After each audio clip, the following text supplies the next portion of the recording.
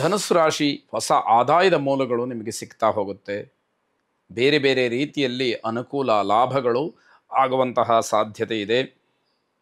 ಸಮಯವನ್ನು ಯಾವುದೇ ಕಾರಣಕ್ಕೂ ವ್ಯರ್ಥ ಮಾಡಬೇಡಿ. ಆಲಸ್ಯದಿಂದ ಸಮಯವನ್ನು ಕಳೀಬೇಡಿ.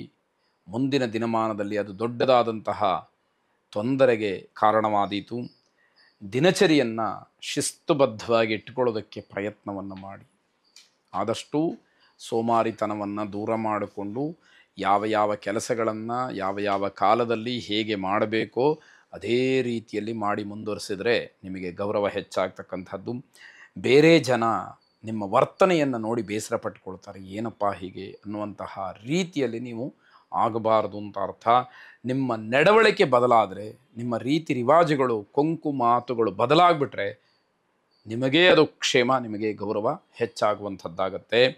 ಬೇರೆಯವರಿಗೆ ಸಲಹೆ ಕೊಡೋದಕ್ಕಿಂತ ಸಹಾಯ ಮಾಡಿ, ಆಗ ಜನಕ್ಕೆ ಉಪಯೋಗವಾಗುತ್ತೆ. ಕೂತು ಜಾಗದಲ್ಲಿ ಏನೋ ಹೇಳಿಬಿಟ್ರೆ ಅವರ ಪರಿಸ್ಥಿತಿ ಏನಿರುತ್ತೋ ಯಾರಿಗೆ ಗೊತ್ತು. ಅದರ ಬದಲು ಕೈಲಾದಷ್ಟು ಸಹಾಯವನ್ನು ಮಾಡಿ, ಅಗತ್ಯ ಬಿದ್ದರೆ ಸಲಹೆಯನ್ನು ಕೊಡಿ. ಜನ ಬದಲಾಗ್ತಾರೆ, ಜನಕ್ಕೆ ಅನುಕೂಲ ಆಗುತ್ತೆ. ನವಗ್ರಹರನ್ನು ಆರಾಧನೆ ಮಾಡಿ. ಶುಭವಾಗಿ. ಮಕರ ರಾಶಿ, ವ್ಯಾವಹಾರಿಕವಾಗಿ ಏನಾದರೂ ಹಣ ನಿಮಗೆ ಬಾಕಿ ಬರಬೇಕು ಅಂತಿದ್ದರೆ ಈ ದಿವಸ ಅದಕ್ಕೆ ಅವಕಾಶ ಇದೆ. ನಿಮ್ಮ ಪ್ರಯತ್ನವೂ ಇರಲಿ, ಒರಟುತನ ಬೇಡ. ಒಳ್ಳೆಯತನದಿಂದ ಬುದ್ಧಿವಂತಿಕೆಯಿಂದ ನಿಮ್ಮ ಹಣವನ್ನು ನೀವು ಪಡ್ಕೊಳ್ಳೋದಕ್ಕೆ ಅವಕಾಶಗಳಿದೆ. ಮನೆಯಲ್ಲೂ ಕೂಡ ಸಂತೋಷವನ್ನು ಕಾಣ್ತೀರಿ. ಸಾಂಸಾರಿಕವಾದಂತಹ ಯಾವ ಜಂಜಾಟಗಳಿದೆ ಅವೆಲ್ಲ ದೂರವಾಗಿ ಮನೆಯಲ್ಲಿ ಏನೋ ಒಂದು ರೀತಿಯ ಅನ್ಯೋನ್ಯತೆ ನಿಮಗೆ ಸಿಕ್ಕುವಂಥದ್ದಾಗುತ್ತೆ. ಕುಟುಂಬದ ಸಂಬಂಧಗಳನ್ನು ಬಲಪಡಿಸ್ಕೊಳ್ಬೇಕು. ಯಾರು ನಿಮ್ಮ ನೆಂಟರಿಷ್ಟರಿದ್ದಾರೆ ಯಾರ ಜೊತೆಯಲ್ಲೂ ಕೂಡ ನಿಷ್ಠುರವನ್ನು ಮಾಡಿಕೊಳ್ಳದೆ ಎಲ್ಲರ ಮನಸ್ಸನ್ನು ಗೆಲ್ಲುವಂತಹ ಪ್ರಯತ್ನ, ಎಲ್ಲರ ಪ್ರೀತಿ ವಿಶ್ವಾಸಗಳನ್ನು ಗಳಿಸ್ತಕ್ಕಂತಹ ಪ್ರಯತ್ನ ನಿಮ್ಮದಾಗಿರಬೇಕಾಗತ್ತೆ. ಕಾರ್ಯಕ್ಷೇತ್ರದಲ್ಲಿ ಅನಿರೀಕ್ಷಿತವಾದಂತಹ ಬದಲಾವಣೆಯನ್ನು ಕಾಣ್ತೀರಿ. ಎಲ್ಲದಕ್ಕೂ ಮಾನಸಿಕವಾಗಿ ಸಿದ್ಧವಾಗಿರಬೇಕು. ಆಗ ಮಾತ್ರ ಬಂದಂತಹ ಫಲಾಫಲಗಳನ್ನು ಸ್ವೀಕಾರ ಮಾಡೋದಕ್ಕೆ, ಎದುರಿಸಲಿಕ್ಕೆ ಧೈರ್ಯ ಇರುವಂಥದ್ದಾಗತ್ತೆ. ನಿಮ್ಮದಲ್ಲದೇ ಇರತಕ್ಕಂತಹ ಕೆಲಸವೋ ವೃತ್ತಿಯಲ್ಲೋ ತೊಡಗಿಕೊಂಡು ದೊಡ್ಡದಾದಂತಹ ತೊಂದರೆಯನ್ನು ಮಾಡಿಕೊಳ್ತೀರಿ. ಅದು ಬೇಡ ಅನ್ನುವಂಥದ್ದು. ಬೇರೆಯವರಿಗೆ ನೀವೇನಾದರೂ ಕೈಲಾದರೆ ಸಹಾಯವನ್ನು ಮಾಡಿ, ಇಲ್ಲ ಅವರ ಬಗ್ಗೆ ಒಳ್ಳೆಯ ಮಾತುಗಳನ್ನಾಡಿ. ಬೇರೆಯವರನ್ನು ದಾರಿ ತಪ್ಪಿಸ್ತಕ್ಕಂತಹ, ಬೇರೆಯವರನ್ನ ನಿಷ್ಠುರ ಮಾಡಿಕೊಳ್ತಕ್ಕಂತಹ ಯಾವ ಕೆಲಸವೂ ಕೂಡ ಬೇಡವೇ ಬೇಡ ಅಂತಕ್ಕಂತಹ ಸಲಹೆ. ಸಾಯಿಬಾಬಾರನ್ನು ಪ್ರಾರ್ಥನೆ ಮಾಡಿ. ಶುಭವಾಗಿ. ಕುಂಭರಾಶಿ, ಹಳೆಯ ಸ್ನೇಹಿತರನ್ನು ಭೇಟಿ ಮಾಡಿ ಒಂದಷ್ಟು ವಿಚಾರಗಳನ್ನು ಚರ್ಚೆ ಮಾಡ್ತೀರಿ. ಬೇರೆಯವರು ಹೇಳಿದ್ದು ಸಂಪೂರ್ಣವಾಗಿ ನಿಮಗೆ ಒಪ್ಪಿಗೆ ಆಗದೇ ಇರಬಹುದು, ಆದರೆ ಒಂದಷ್ಟು ಮಾಹಿತಿಗಳು, ಒಂದಷ್ಟು ಸಲಹೆಗಳು ನಿಮಗೆ ಸಿಕ್ಕಿ ಅನುಕೂಲವಾಗ್ತಕ್ಕಂಥದ್ದಿದೆ. ವಿದ್ಯಾರ್ಥಿಗಳಿಗೆ ಸ್ವಲ್ಪ ಮಟ್ಟಿನ ಹಿನ್ನಡೆಯಾಗುತ್ತೆ. ನಿಮ್ಮ ಪ್ರಾಮಾಣಿಕವಾದಂತಹ ಪ್ರಯತ್ನ ಸರಿಯಾಗಿಲ್ಲ ಅನ್ನುವಂಥದ್ದೇ ಅಲ್ಲಿ ಮುಖ್ಯವೇ ಹೊರತು ಬೇರೆ ಯಾವ ತೊಂದರೆಯೂ ಇಲ್ಲ.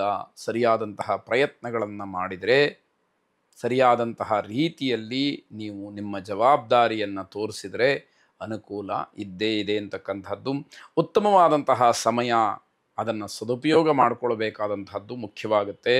ವ್ಯಾವಹಾರಿಕವಾಗಿ ಉತ್ತಮವಾದಂತಹ ಫಲಿತಾಂಶ ಇದೆ, ಲಾಭಕ್ಕೆ ದಾರಿ ಇದೆ. ತಮ್ಮದೇ ಆದಂತಹ ನಿರ್ಧಾರವನ್ನು ನೀವು ಬಿಟ್ಟು ಬೇರೆಯವರ ಮಾತಿಗೆ ಕಟ್ಟು ಬಿದ್ದು ದಾಕ್ಷಿಣ್ಯಕ್ಕೊಳಗಾಗಿ ಕೆಲವು ತಪ್ಪುಗಳನ್ನು ಅಥವಾ ಅಸಂಬದ್ಧವಾದಂತಹ ಕೆಲಸಗಳನ್ನು ಮಾಡ್ತೀರಿ. ಅದು ನಿಮಗೆ ಮಾರಕವಾಗುತ್ತೆ ಅಂತ ಅರ್ಥ. ನಿಮ್ಮ ಆರ್ಥಿಕ ಸ್ಥಿತಿಗತಿಯ ಬಗ್ಗೆ ಸ್ವಲ್ಪ ಮಟ್ಟಿನ ಯೋಚನೆ ಇರಲಿ. ಹಣಕಾಸಿನ ವಿಚಾರ ಬಂದಾಗ ನೀವು ಎಷ್ಟರ ಮಟ್ಟಿಗೆ ಸದೃಢರಾಗಿದ್ದೀರಿ ಅನ್ನುವಂಥದ್ದು ನಿಮಗೆ ಗೊತ್ತಾಗಲಿ. ದೇವಿಯನ್ನು ವಿಶೇಷವಾಗಿ ಪ್ರಾರ್ಥನೆ ಮಾಡಿ. ಶುಭವಾಗಿ. ಕೊನೆಯದಾಗಿ ಮೀನರಾಶಿ, ವ್ಯಾವಹಾರಿಕವಾಗಿ ನಿಮ್ಮ ಇಚ್ಛೆಗೆ ತಕ್ಕಂತಹ ಪ್ರತಿಫಲ ಇಲ್ಲ. ಅದು ಬೇಸರವಾಗುತ್ತೆ. ನಿಮ್ಮ ನಿರೀಕ್ಷೆ ಏನೋ ಒಂದಿರ್ತದೆ, ಆಸೆಯೋ ದುರಾಸೆಯೋ ಏನೋ ಗೊತ್ತಿಲ್ಲ, ಆದರೆ ಇಷ್ಟೇ ನನಗೆ ಲಾಭ ಬರಬೇಕು ಅಂತಕ್ಕಂತಹ ನಿರೀಕ್ಷೆಯಲ್ಲಿ ನೀವಿರ್ತೀರಿ. ಅದಕ್ಕೆ ಅವಕಾಶಗಳು ಕಡಿಮೆ ಅಂತಕ್ಕಂಥದ್ದು. ಕೆಲವು ಸಂಕಷ್ಟಕ್ಕೆ ಸಿಗಹಾಕ್ಕೊಳ್ತೀರಿ. ಲಾಭ ಬರೋದು ಒಂದು ಕಡೆ ಹೋಗಲಿ, ಕಷ್ಟಕ್ಕೂ ಸಿಗಹಾಕ್ಕೊಳ್ತೀರಿ. ನೀವೇ ಮಾಡಿಕೊಳ್ತಕ್ಕಂತಹ ತಪ್ಪು, ದುರಾಸೆಯಿಂದ ಯಾವುದೋ ಒಂದು ಬೇರೆ ಮಾರ್ಗವನ್ನು ಹಿಡಿದಾಗ ಅದು ತೊಂದರೆ ಮಾಡುತ್ತೆ ಎನ್ನುವಂಥದ್ದು. ನಿಮ್ಮ ವ್ಯವಹಾರಕ್ಕೆ ಬೇರೆಯವರ ಹಸ್ತಕ್ಷೇಪ ಅನಗತ್ಯ.